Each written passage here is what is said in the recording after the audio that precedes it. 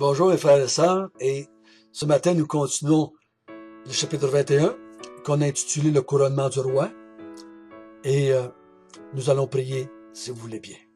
Notre Père du ciel, nous nous courbons devant notre roi en tant que ses serviteurs, et on te dit, parle, parle car ton serviteur écoute.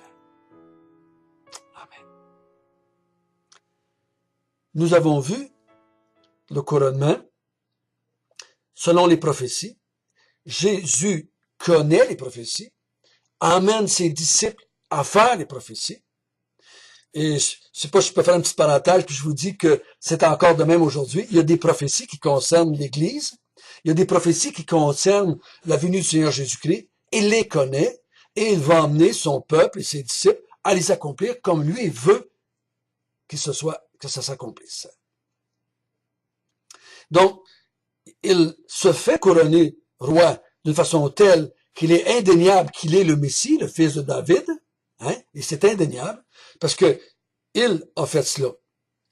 On a vu qu'il nous dit quelle sorte de roi il est, parce qu'il n'est pas allé au palais royal pour renverser Hérode, mais il rentre dans le temple pour renverser les dirigeant du temple, si je peux dire, ou la façon de fonctionner dans le temple. Il veut rétablir la maison de Dieu comme elle devrait être établie. Elle devrait être utilisée de la bonne façon. Le temple était devenu un moyen de recevoir, de s'enrichir, quand le temple était une maison de prière pour la gloire de Dieu.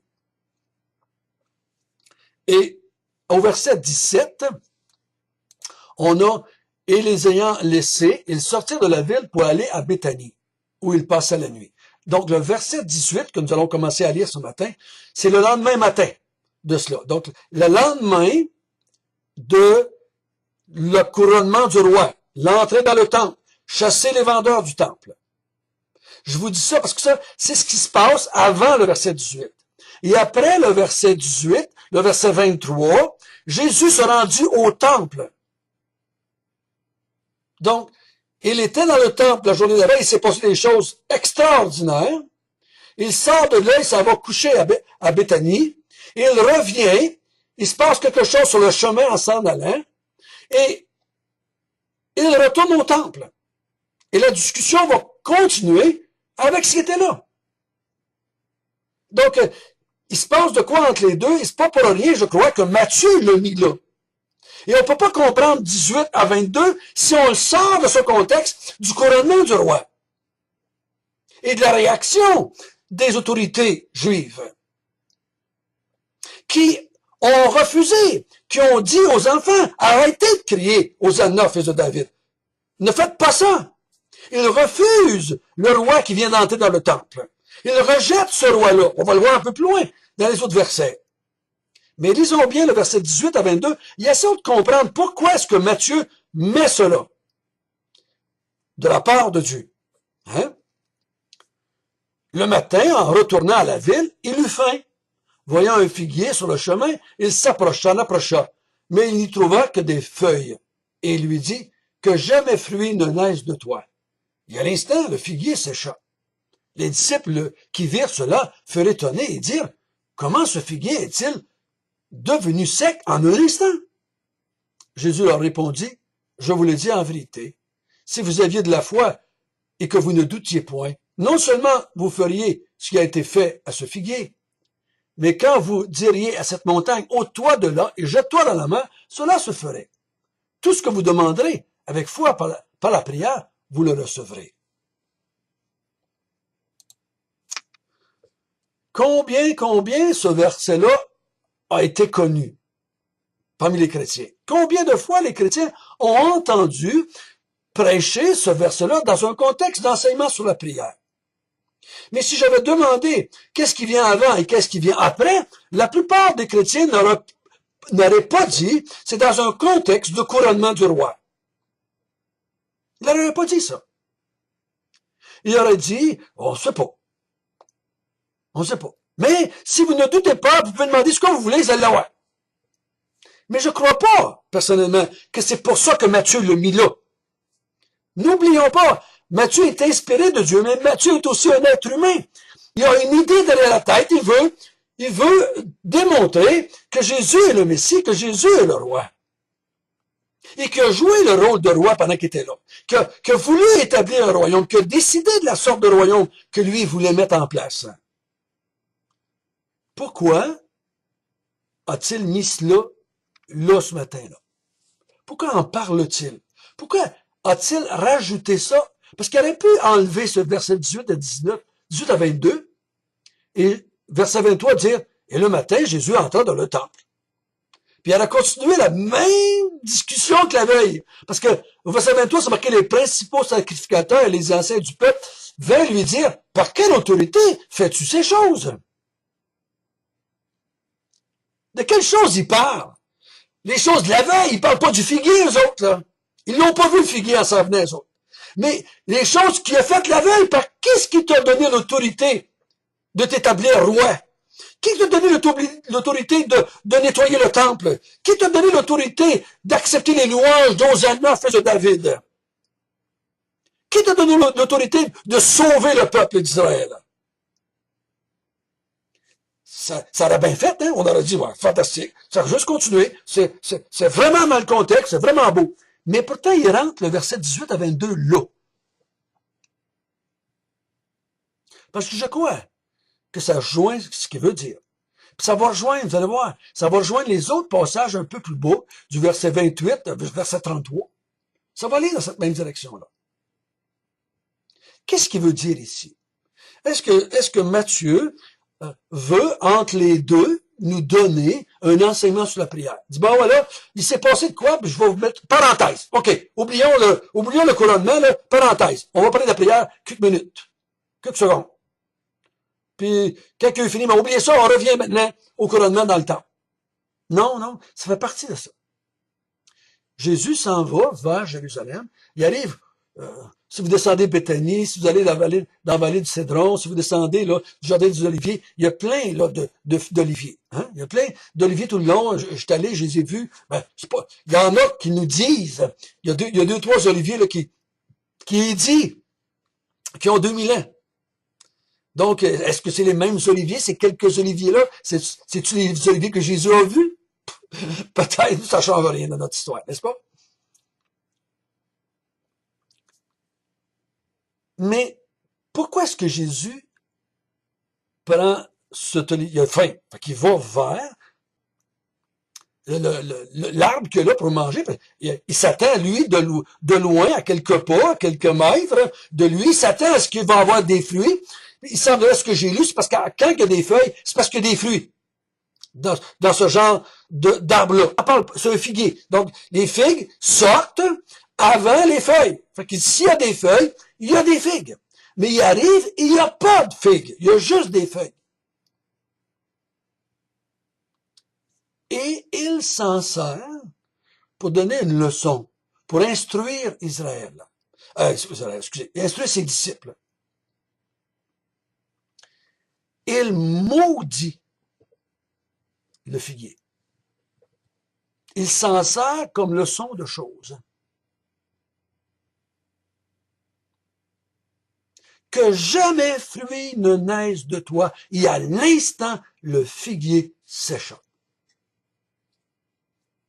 Pourquoi dit-il ça?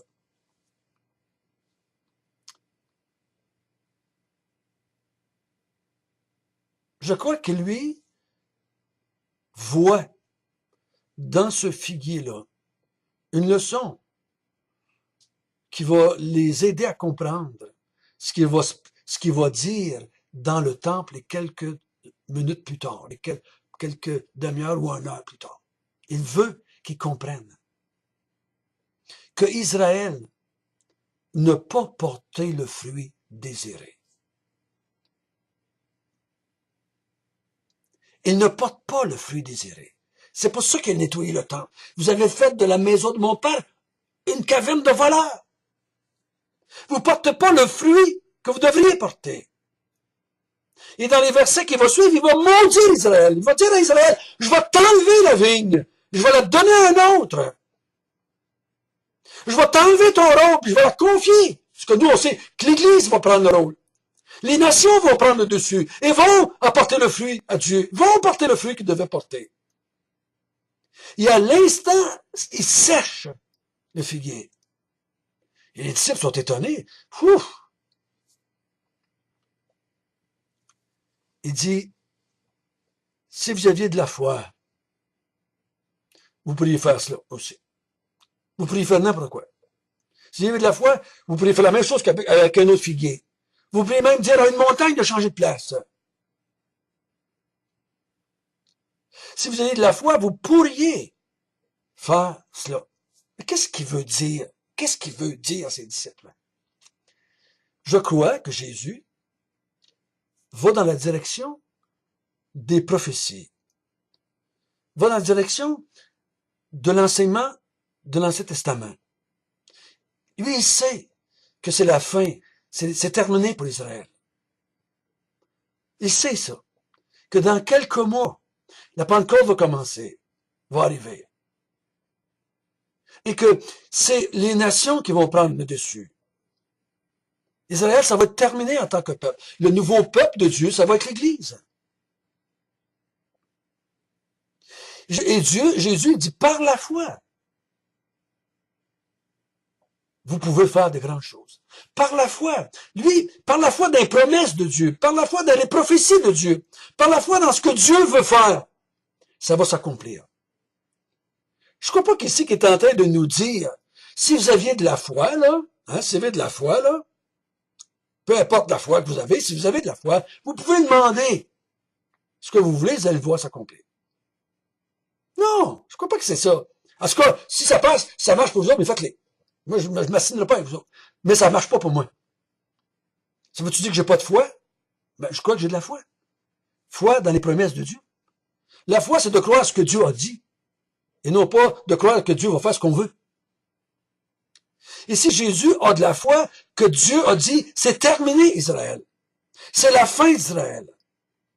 C'est la fin. Et Israël ne portera jamais de fruits. Ça va être terminé. Et dans la vigne, tout à l'heure, dans le verset 33, un peu demain ou après-demain, il va dire, je vais donner la vigne à quelqu'un d'autre qui va m'en rendre le fruit. Je vais donner à un peuple qui va me rendre le fruit. Donc, Jésus est en train de dire, moi j'agis par la foi. C'est un exemple que je vous dis, que je vous donne ici. Par la foi, moi je vais aller dans la même direction que les prophéties de l'Ancien Testament. Par la foi, je fonctionne avec ce que Dieu a dit.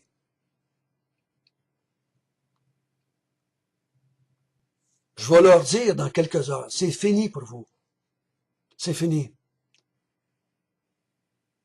Il va leur dire, les prostituées, les publicains vont rentrer au ciel, dans le royaume des cieux avant vous. Il va leur dire, je vais vous enlever le royaume des cieux, puis je vais le confier en d'autres qui vont glorifier mon Père. C'est ça qu'il est en train de vouloir dire. Par la foi, il marche avec ce que Dieu a dit. Et l'arbre est juste une démonstration que par la foi, le plan de Dieu peut s'accomplir. C'est quoi qu'il est en train de nous dire? Par la foi, si vous demandez l'accomplissement de ce que Dieu a demandé, a dit, si par la foi, vous voulez accomplir les prophéties de Dieu, ils vont s'accomplir. Si par la foi, vous agissez avec Dieu, vous allez voir les choses s'accomplir. Pas tout ce que vous voulez.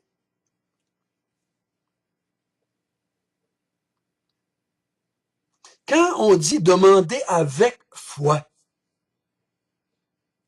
je ne crois pas qu'il faut juste parler de notre capacité de croire, mais en même temps du contenu de la foi. Jésus dit, si vous aviez de la foi et que vous ne doutiez point, vous verrez les choses s'accomplir. Donc, lui, il a la foi, Jésus. Lui, il a la foi. Ben oui, il a la foi. Dans le sens qu'il croit. Il croit que le plan de Dieu va s'accomplir. Il croit qu'il va mourir, qu'il va ressusciter. Il croit que ce que Dieu a planifié comme accomplissement du peuple de Dieu va arriver. Et il marche par la foi. Parce qu'il sait qu'il va mourir dans les jours qui s'en viennent. Il sait qu'il va mourir. Mais il sait qu'il va ressusciter. Il sait qu'il va passer. Le plan de Dieu va s'accomplir. J'espère que c'est assez clair pour vous autres. Il n'est pas en train de nous dire ici, voici, si vous aviez de la foi, vous pouvez demander tout ce que vous voulez, puis dans la prière, vous allez le voir s'accomplir. Parce que, souvenons-nous, quelques versets avant, il dit, c'était une maison de prière, ils en ont fait une maison de voleurs. Donc, ils ne savent pas c'est quoi la prière. Ils ne prient pas comme il faut, ils ne prient pas bien. Ils ne savent pas c'est quoi prier pour la gloire de Dieu. Ils ne savent pas c'est quoi prier pour la louange de Dieu. Ils ne savent pas c'est quoi de prier pour que le royaume de Dieu vienne. Ils ne savent pas. Il dit, si vous aviez de la foi dans ce que Dieu a dit, vous le demanderiez et vous le verriez s'accomplir. Si vous aviez foi dans que je suis le Messie et que le royaume, je suis en train de l'établir, si vous aviez de la foi, vous allez le voir s'accomplir. Et si vous avez de la foi aujourd'hui, frère, ça, si on a de la foi, nous allons voir le restant s'accomplir. Le retour, les nouveaux cieux, nouvelles terres, l'accomplissement du royaume, ça va venir par la foi. Par la foi. Vous allez voir les prophéties de Dieu s'accomplir. Ce n'est pas ici une recette. Ce n'est pas une recette pour avoir des réponses à vos prières ou à nos prières banales. Je dis bien banales.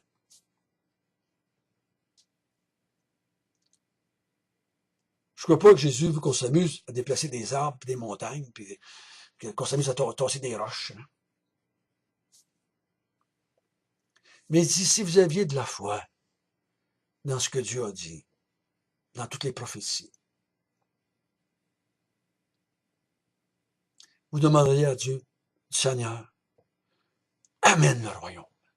Seigneur, accomplis ton royaume. Seigneur, fais que ce roi que tu viens nous donner puisse établir le royaume des cieux sur la terre, afin que tu sois sanctifié, afin que ton règne vienne, afin que ton nom soit sanctifié, Seigneur.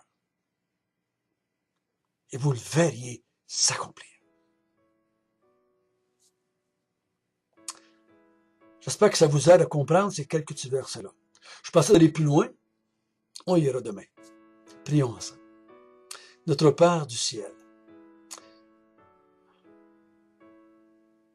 toi, tu croyais à l'accomplissement des prophéties de l'Ancien Testament. Toi, tu croyais que même dans la tombe, Dieu te ressusciterait des morts et te donnerait la capacité d'établir le royaume des cieux. Tu croyais, toi. Tu avais la foi dans le plan de Dieu, ton Père. Et tu nous demandes d'avoir la même foi et de prier dans la même direction, que son plan s'accomplisse dans notre vie et dans la vie de ton royaume. Que ton nom soit glorifié, que ton nom soit sanctifié, que ton règne vienne.